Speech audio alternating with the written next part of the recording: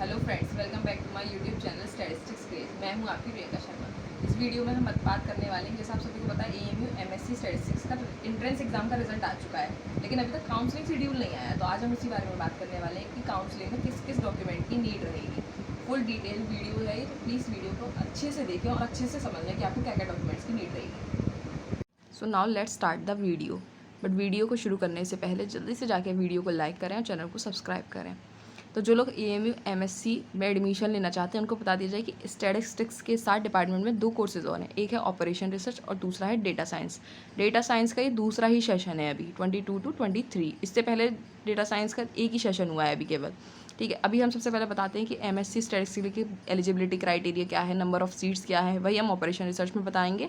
और उसके बाद हम और वही डेटा साइंस में, और उसके बाद हम बताएंगे कि काउंसलिंग के लिए डॉक्यूमेंट्स की क्या क्या नीड रहेगी।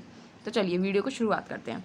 तो एमएससी स्टैटिस्टिक्स करने के लिए जो एलिजिबिलिटी क्राइटेरिया है वो ये है कि आपको बीएससी या फिर बीए या बीएससी ऑनर्स और बीए ऑनर्स होना चाहिए आपके पास विद स्टैटिस्टिक्स और mathematics, and you have to gain at least 55% marks. आपके पास कम से कम 55% मार्क्स होने चाहिए इन क्वालिफिकेशन बैचलर्स। जो भी आप बैचलर्स की डिग्री ले रहे हैं उसमें तो 55% मार्क्स तो हो ही हो आपके पास। और जो नंबर ऑफ़ सीट्स है वो है 30 सीट्स है, ठीक है, एमएससी स्टैटिस्टिक्स में।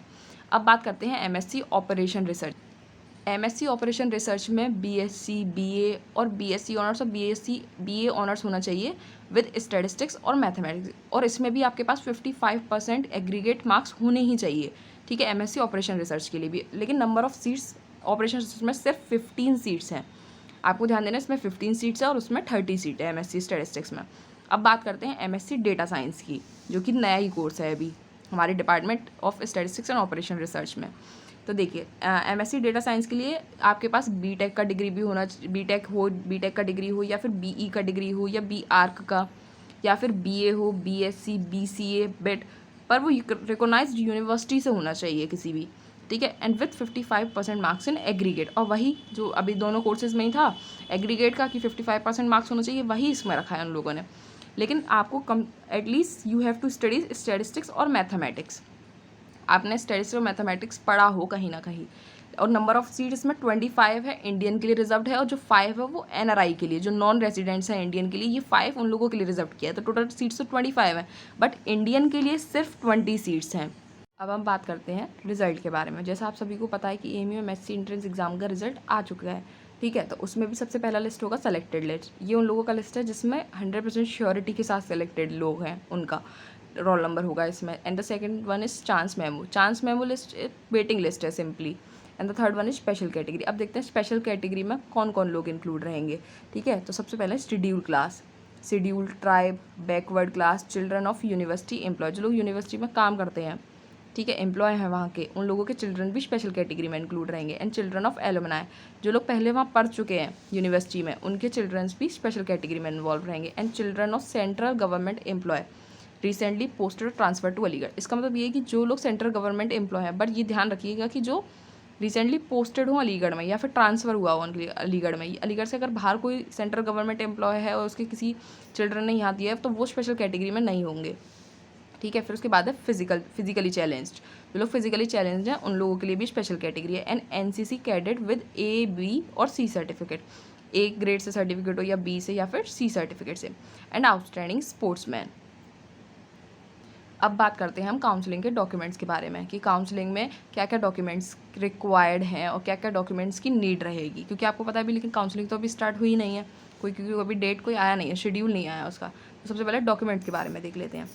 Documents required the time of admission is, सबसे पहले तो आपके पास मार्कशीट होना चाहिए क्लास 12th का, और वो भी 4 सेल्फ अटेस्टेड कॉपीज़ होनी चाहिए बोथ साइड की। ये जितनी भी, चाहे 10th क्लास का मार्कशीट हो, या 12th क्लास का हो, या फिर क्वालिफाई एग्जामिनेशन जो भी आपने क्लियर किया है अभी उसका, उसकी सबके पास आपके पास 4 सेल्फ अटेस्टेड कॉपी होनी चाहिए, ठीक है। लेकिन काउंसलिंग जब आप अभी ऑनलाइन करेंगे उसमें तो आपको एक एक ओरिजिनल कॉपी ही डालना है, बट जब फिजिकल होगा तब आपको ये सारी चीज़ें लेकर जानी है, ठीक है। उसके बाद मार्कशीट ऑफ क्वालिफाई एग्जामिनेशन, जिसने बैचलर्स किया है, मतलब बीएससी किया है या फिर बीए किया है, उसका मार्कशीट होना चाहिए आपके पास। लेकिन अगर आपके पास ओरिजिनल क्वालिफाई एग्जामिनेशन का मार्कशीट नहीं है at the time of admission, तो फिर आप लोग क्या कर सकते हैं, तो you have to submit the internet download. ये चीज़ याद रखिएगा, इंटरनेट डाउनलोड कॉपी आप सबमिट कर सकते हैं, लेकिन कलर्ड इंटरनेट कॉपी होनी चाहिए first thing. And the second one is कि वो अटैच्ड होनी चाहिए कंट्रोलर ऑफिस से या रजिस्ट्रार ऑफिस से या फिर इश्यूइंग अथॉरिटी होगी जो भी कंसर्न यूनिवर्सिटी की, वहाँ से।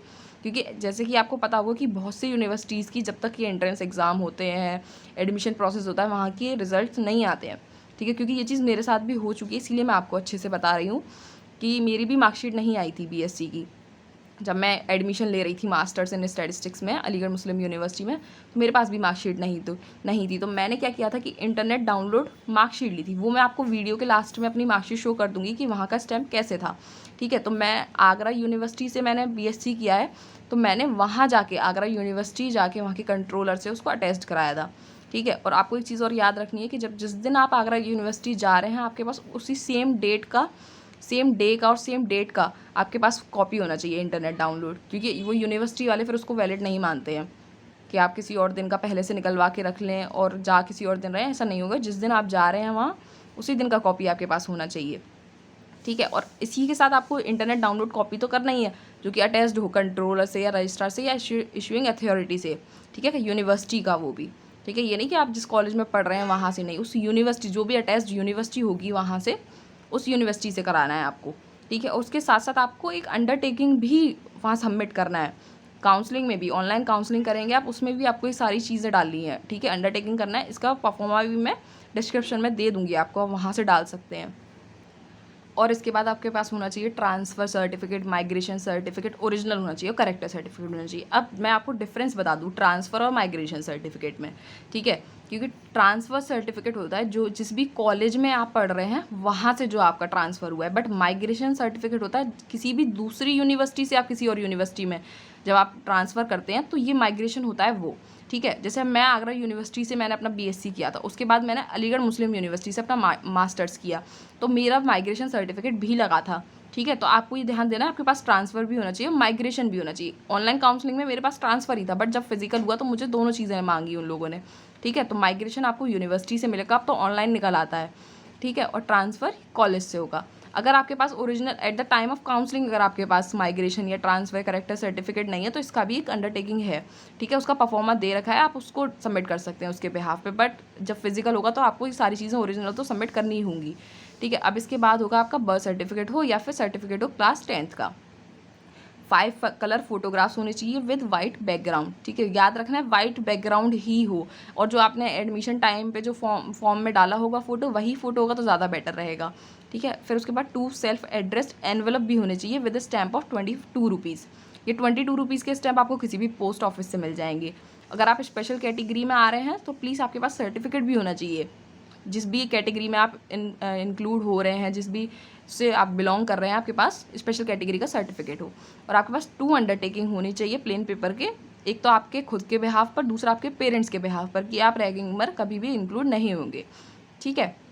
ये सारे डॉक्यूमेंट्स आपके पास होने चाहिए। अभी काउंसलिंग का शेड्यूल नहीं आया है, डेट नहीं आया है, तो प्लीज़ आप पहले से सारे पेपर्स अपने तैयार करके रख लें।